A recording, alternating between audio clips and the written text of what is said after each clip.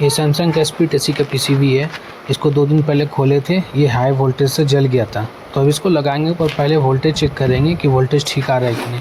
Voltage फिर भी ज़्यादा है, 220 230 आना चाहिए, 242 आ रहा है, तो वोल्टेज का भी प्रॉब्लम है। फिर हम इसको लगा देते हैं और वोल्टेज को ठीक करवाएंगे फिर बोल करके।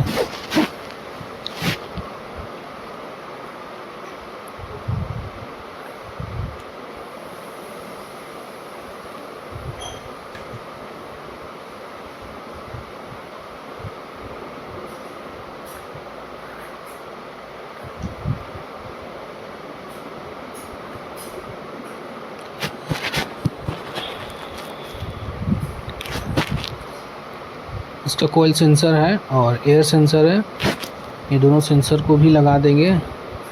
और इसका डिस्प्ले है, इसका डिस्प्ले को लगाएंगे बॉडी में। उसके बाद सैमसंग का डिस्प्ले में जैक सिस्टम रहता है, फिर इस जैक को हम PCB से कनेक्ट कर देंगे। इसको पुश करेंगे तो ये डिस्प्ले लॉक हो जाता है।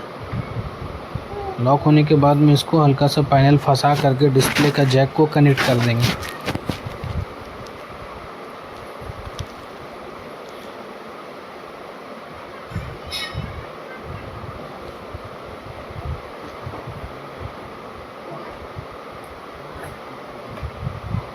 इस जैक को यहाँ पे दोनों को मिला करके डिस्प्ले को और PCB का जैक को मिलाएंगे, तभी डिस्प्ले कनेक्ट हो जाएगा।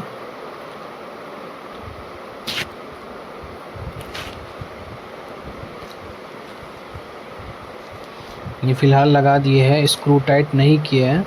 पहले चला करके इसको देखते हैं ऑन हो रहा है कि नहीं। चालू तो हो चुका है और वोल्टेज हाई है। थोड़ा देर के लिए चला सकते हैं, रेगुलर नहीं चला सकते हैं क्योंकि कोई ठिकाना नहीं है फिर जल ना जाए।